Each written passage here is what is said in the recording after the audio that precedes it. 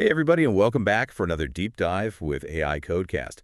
Today, we're going to be tackling a problem that's been making the rounds in our daily challenges. It's called the maximum beauty of an array.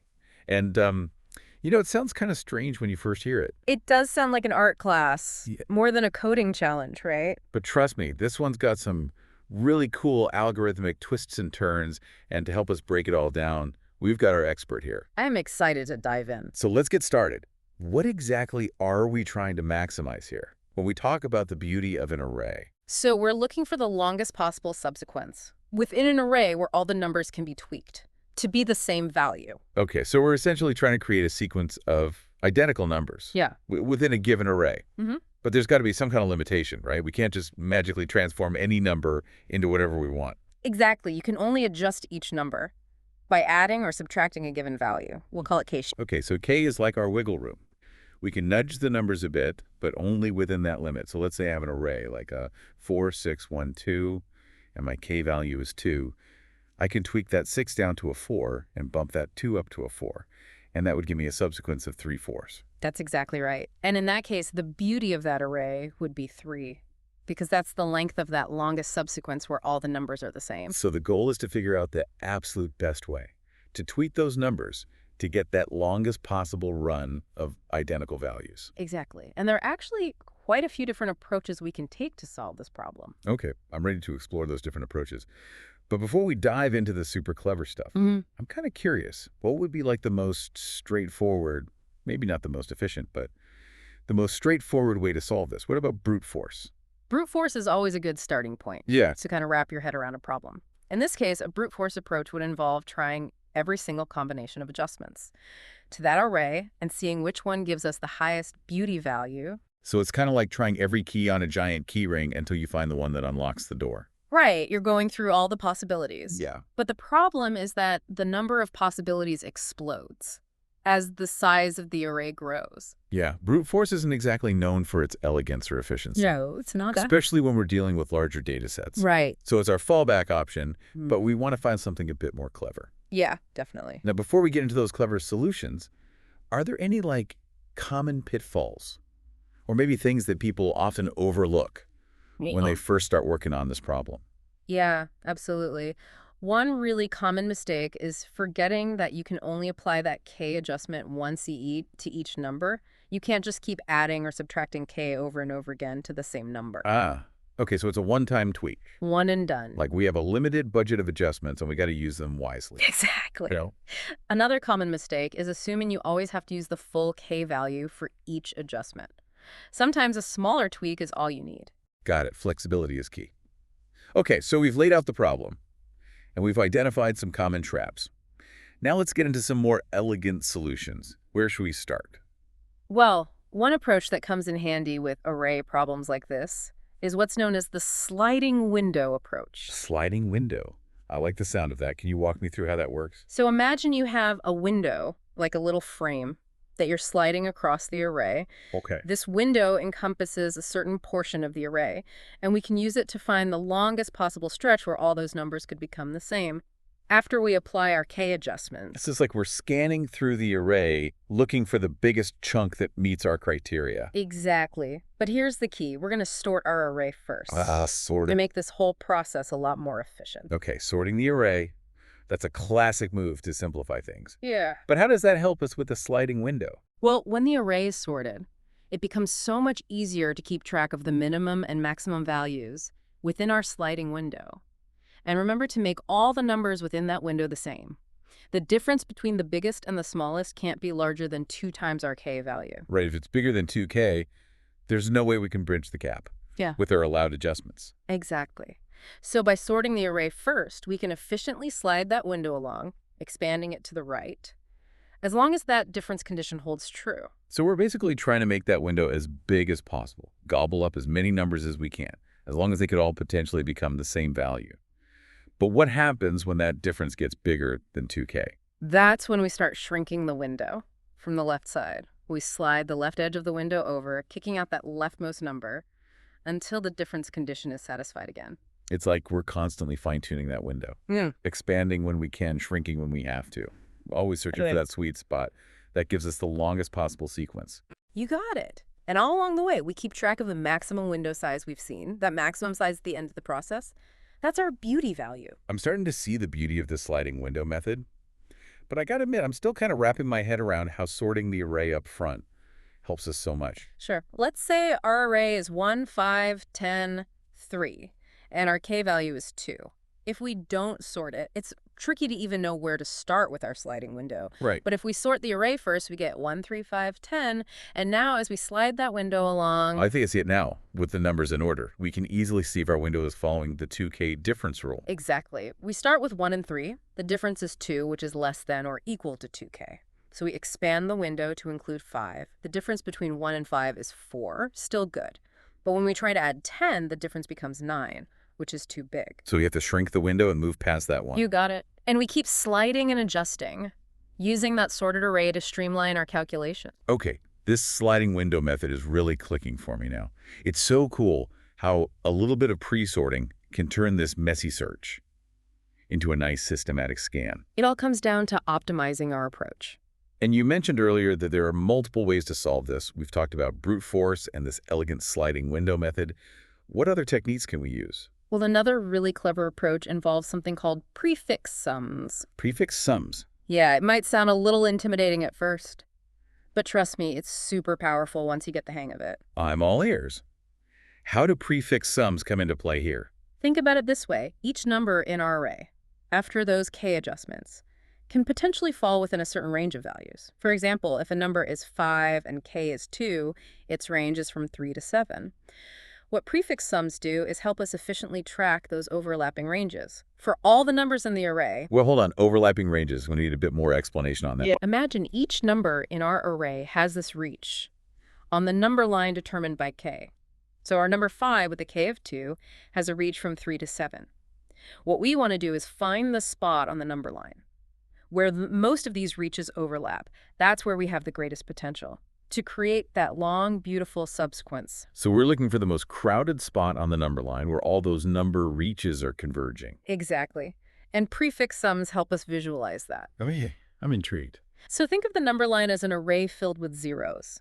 And for each number in our original array, we're going to make 2 marks on this number line array. 2 marks. Yeah. What do those represent? The first mark indicates the start of a number's reach, and the second one marks the end of its reach. So going back to our 5 with a k of 2, we'd mark the index corresponding to 3 on our number line array. That's the start of 5's reach. And then we'd mark the index corresponding to 8, one position after the end of 5's reach at 7, to indicate the end of its influence. So it's like we're drawing those reaches directly onto our number line array. But why do we mark the end of the reach one position after its actual endpoint? That seems kind of counterintuitive. It's a little trick to make sure we're counting overlaps correctly. When we calculate our prefix sums, remember, we want to know how many reaches are accetive at any given point. Right. By shifting that end mark one position to the right, we're essentially closing out a reach at the exact spot where it no longer contributes to the overlap count. Okay, that's a neat little detail. So we go through our entire array, marking all these starts and ends on our number line array. What's next? Now comes the part where we actually calculate those prefix sums. We create another array, where each element represents the running total of all the values before it in our number line array. So we're sweeping across that number line array, adding up those start and end marks as we go. Exactly. And here's where it gets really interesting. The highest value in this prefix sum array tells us the spot on the number line with the most overlapping reaches. And that spot corresponds to the potential midpoint of our longest beautiful subsequence. Wow, that's incredible. We've basically turned this subsequence problem into a problem of finding the peak of our prefix sum array. Yeah, it's like finding the highest point on a graph. And this prefix sum technique is definitely more efficient than brute force, right? Oh, absolutely. It's much more elegant and it scales much better. Amazing. Okay, we've talked about brute force, the sliding window approach, and this super clever prefix sum technique. But you mentioned there's one more elegant solution we could explore. Yes, there's one more I'd like to discuss. I'm all for it. Tell me more. This one uses a very classic algorithm, binary search. Binary search. Ah, The super speedy one for sorted data. that's the one. Interesting. How does binary search help us find the beauty of an array? Well, remember how we talked about sorting being crucial for that sliding window method? Okay. It's just as important for this technique. Once the array is sorted, we can use binary search to efficiently find the farthest point we can reach from each number, while still staying within that 2K difference limit. So we're basically using binary search to find the boundaries of those possible beautiful subsequences. Exactly. For each number in our sorted array, we use binary search to scan ahead and find the index of the last number. That's still within 2K of our starting number, the difference between those indices. That gives us the potential length of a beautiful subsequence, starting at that number. Okay, so we're using binary search to measure the maximum reach of each number, while always making sure we're within that 2K limit. This is really cool. We've now discussed 3 different approaches: sliding window, prefix sums, and binary search. They all seem pretty slick. Is there one that's generally considered the best solution? That's a great question. And the answer, as with many things in coding, is it depends. I had a feeling there was a but coming. Hmm. So what are the trade-offs? When would you choose one approach over the others? The sliding window approach is often the most intuitive and easy to implement. It's a great starting point for this problem. It's like the trusty tool in the coding toolbox. Yeah. Reliable and straightforward. What about prefix sums? Prefix sums are really powerful when you're dealing with ranges and overlaps. If you can visualize your problem in terms of those ranges on a number line, prefix sums can be incredibly efficient. So if our problem involves things like reach or influence, prefix sums might be the way to go. And what about binary search? When is that a good choice? Binary search is all about speed and efficiency. When you have sorted data, if you can sort your data first, binary search can help you find those key values and boundaries super fast. So it's not just about knowing the algorithms, it's about knowing when to use them, understanding their strengths and weaknesses. Exactly. And the better you understand those underlying principles, the more adaptable and creative you can be as a coder. I love that. I bet our listeners are already thinking about how they can use these techniques for other coding challenges. I hope so. Well, this has been a fantastic deep dive. I've learned so much about this maximum beauty of an array problem and all the incredible tools we can use to solve it. Huge thanks to you for guiding us through this. My pleasure. And to all our listeners out there, keep those coding skills sharp. We'll be back soon with another deep dive into the world of code. It's like we're creating a map that shows us the hot spots on the number line, where those number reaches are most concentrated. Okay, the map analogy is really helping me visualize this. Yeah. But how do we actually build this map using prefix sums? So we start by thinking of our number line as an array filled with zeros. Okay. And for each number in our original array, we're going to make 2 marks on this number line array. 2 marks for each number. Yep. What do those marks represent? The first mark signifies the beginning of a number's reach, and the second mark signifies the end of its reach. So let's go back to our example of the number 5 with a k value of 2. We would mark the index corresponding to 3 on our number line array to show the start of 5's reach. And then we'd mark the index for 8, which is one position after the end of 5's reach at 7, to indicate the end of its influence. So it's like we're visually plotting those reaches on our number line array. But I'm a little confused. Why do we mark the end of the reach one position after its actual endpoint? That little shift is a clever trick. It helps us accurately count the overlaps when we calculate the prefix sums. Remember, we want to know how many reaches are accessive at each point. Right. And by shifting that end mark one spot to the right, we essentially close out a reach at the exact point where it's no longer part of the overlap count. Okay, that's a subtle but important detail. So we go through our entire array, marking the start and end of each number's reach on our number line array. What's the next step in this prefix sum process? Now we get to calculate the prefix sums. We create a new array where each element is the running total of all the values that came before it in our number line array. So it's like we're sweeping through that number line array from left to right, adding up all those start and end marks as we go. You got it. And here's the cool part. The highest value in this prefix sum array pinpoints the spot on the number line with the most overlapping number reaches. And guess what? That spot corresponds to the potential midpoint of our longest beautiful subsequence. So we've basically turned this problem of finding the longest subsequence into a problem of finding the highest point on a graph, the peak of our prefix sum array. Exactly. It's a visual way to solve it. That's amazing. And this prefix sum technique has got to be way faster than that brute force approach. Oh, yeah. Way faster. Much more elegant and scalable, too. I love how creative we can get with these algorithms. Yeah. So we've covered brute force, the sliding window method, and this clever prefix sum technique. And you mentioned there's one more elegant solution we haven't talked about yet. Yes, there's one more I'd like to discuss. All right, lay it on me. What's this last technique? It involves a classic algorithm binary search. Binary search. Isn't that the one that's super fast for finding things in sorted data? That's the one. Interesting. But how does binary search help us figure out the beauty of an array? Well, remember how important sorting was for that sliding window Yeah. approach?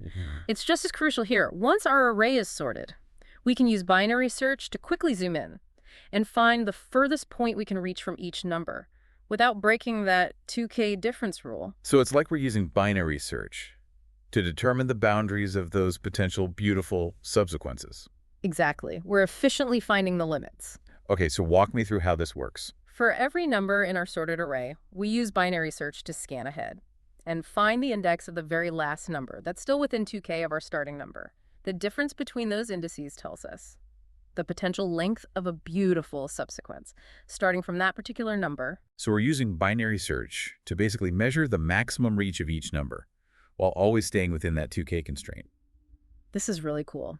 Okay, so we've now explored 3 pretty amazing approaches: sliding window, prefix sums, and binary search. They all seem like really clever ways to solve this problem.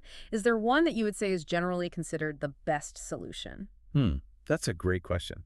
And like many things in coding, it really depends. Haha, I knew there was a but coming. So what are the trade-offs? How do we know when to choose one approach over another? Well, the sliding window approach is often the easiest to understand and implement. It's a good go-to for this type of problem. It's like the reliable workhorse of our coding toolbox. Exactly. What about prefix sums? Prefix sums are really powerful, Evan. especially when you're working with ranges and overlaps. If you can visualize the problem on a number line with those overlapping ranges, prefix sums can be a super efficient solution. So if our problem involves concepts like reach or influence, prefix sums might be the perfect tool for the job. And when is binary search the best choice? Binary search is all about speed, especially when you're working with sorted data. If you can sort your data as a first step, binary search can help you find key values and boundaries really quickly. So it's not enough to just memorize algorithms. Hmm. We need to understand their strengths and weaknesses so we can pick the right tool for the job. Exactly. It's about being adaptable. I love that. I'm sure our listeners are already thinking about how they can apply these techniques to other coding challenges they come across. I hope so. It's all about expanding your coding toolkit. It's been fun exploring all these different approaches. It really has. Before we wrap up, do you have any parting words of wisdom for our listeners who are going to try this maximum beauty of an array challenge themselves? Yeah, I'd say the most important thing is to really understand those problem constraints before you even start coding. It's like making sure you know the rules of the game before you start playing. Exactly. In this case, you got to remember that K adjustment. You only get to apply it once per number. Right. Don't try to use it over and over again. One and done. So read that problem carefully and pay attention to the details. What other tips do you have for us as we're writing our code? Don't be afraid to start simple. Even if it's not the most efficient solution at first. Sometimes just getting something working can help you understand the problem better and spark ideas for more elegant solutions later. It's like building a prototype, getting that first draft out there, Right. and then you can go back and refine it, make it more efficient and more beautiful. Exactly. And as you're coding, don't forget to test your code thoroughly. Try it with different arrays, different K values edge cases. Yeah, testing is key. The more you test, the more confident you'll be in your final solution. It's so easy to get caught up in the coding itself and forget to make sure it actually works properly. Absolutely. And my last piece of advice: don't forget about the amazing coding community out there. Share your solutions, talk about different approaches, learn from each other. There's so much we can learn from collaborating. Absolutely. Collaboration makes coding more fun, and it helps everyone grow. I couldn't agree more. Well, this has been a fantastic deep dive. Thank you so much for sharing your insights with us. It's been a pleasure. And to all our listeners out there, thanks for tuning in to AI.Code.Cast. Keep practicing, keep experimenting, and keep that coding spark alive. We'll see you next time for another exciting deep dive into the world of algorithms and problem solving.